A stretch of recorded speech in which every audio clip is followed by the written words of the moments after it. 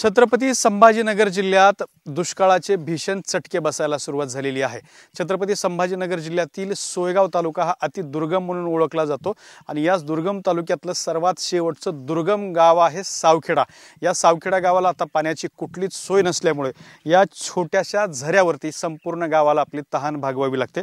आपण बघू शकता की या ठिकाणी हा छोटासा अगदी 2 फुटाचा हा रुंदीचा गड्डा आहे आणि त्यामध्ये पाणी साचते। हेच पाणी या गावातल्या महिला आणि मुली अशा पद्धतीने ग्लासाने किंवा तांब्याने गोळा करून पाणी जमा करतात आणि हेच पाणी ही साधारणपणे 50 फूट उंचीची जी दरड आहे ती चढून जाऊन आपल्या घरी हे पाणी त्यांना घेऊन जावं लागतं। इथून पाणी घेऊन जात असताना अनेकदा म्हातारे व्यक्ती जे आहेत ते पडून जखमी सुद्धा झालेले आहेत आणि या महिलांना सुद्धा इथून पाणी नेण्यासाठी मोठ्या प्रमाणात कसरत करावी लागते। या गावामध्ये पाण्याचं इतकं दुर्भिक्ष असताना सुद्धा सरकारकडून अजूनही टँकरची जी आहे ती सुरुवात केलेली नाही। आपल्यासोबत काही महिला आहेत त्यांच्याशी बोलणार आहोत। ताई, पाण्याचा कुठलाच पर्याय नाही का? नाही, कुठलाच पर्याय नाही आम्हाला। हेच पाणी पहिलेपासून प्यायला जिऱ्याचंच पाणी आहे, त्याच्यात कुत्रे बसत्या, ते पाणी आम्हाला वरती नेणं पडतं।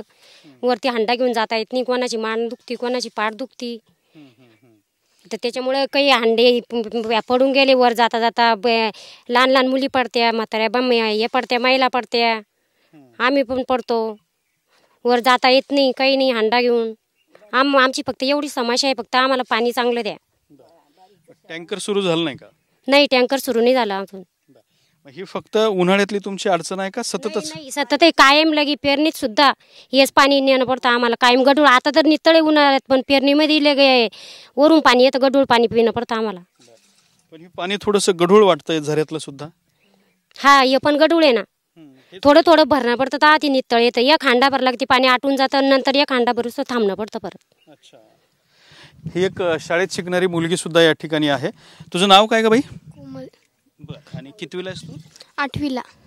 मग तुला किती वेळा भरावं लागतं पाणी इकडे? 4-5 वेळा। बरं, घरी किती माणसं आहेत तुझ्या? 7। मग ह्या सगळ्यांसाठी पिण्याचं पाणी तुला इथूनच घ्यावं लागतं का? हो। बरं, मग शाळेत कधी जाते आणि पाणी कधी भरते? मग शाळेत सकाळी जाते, शाळा सुटल्यावर पाणी येते। अच्छा, तर ही सुद्धा शाळेतली मुलगी आहे, तिला अभ्यासाचा वेळ पाण्यासाठी द्यावा लागतो। दुसऱ्या एक ताई आहेत।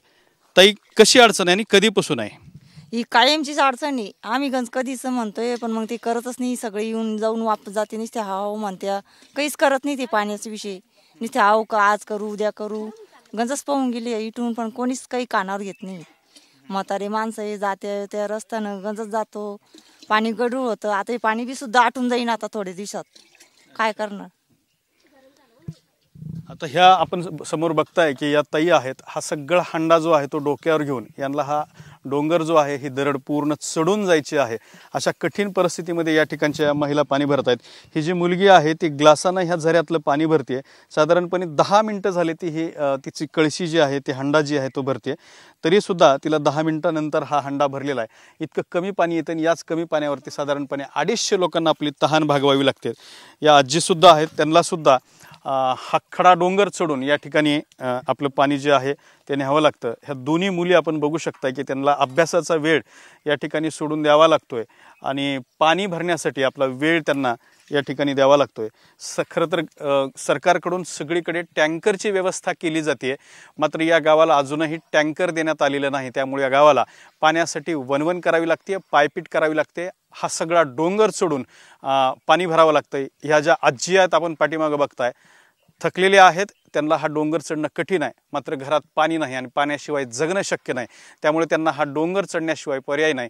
चढत असताना असा हंडा टेकून त्यांना हा डोंगर वरती जो आहे तो चढावा लागतो। त्यामुळे सावखेडा या गावातली पाण्याची परिस्थिती अत्यंत भीषण आहे। इकडे जर आपण बघितलं तर हा जो पाण्याचा झरा आहे तो डोंगरातून आलेला झरा आहे। त्यामुळे या गावकऱ्यांची व्याकुळता बघून डोंगराला तर पाझर फुटलेला आहे, मात्र सरकारला पाझर कधी फुटणार असा प्रश्न उपस्थित होतोय।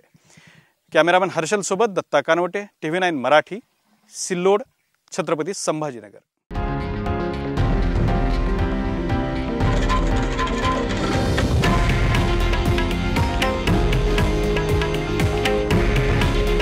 हे आहे देशातील नंबर 1 न्यूज नेटवर्क आणि आपण पाहत आहात TV9 मराठी। काळजी तुमची, हित महाराष्ट्राचं।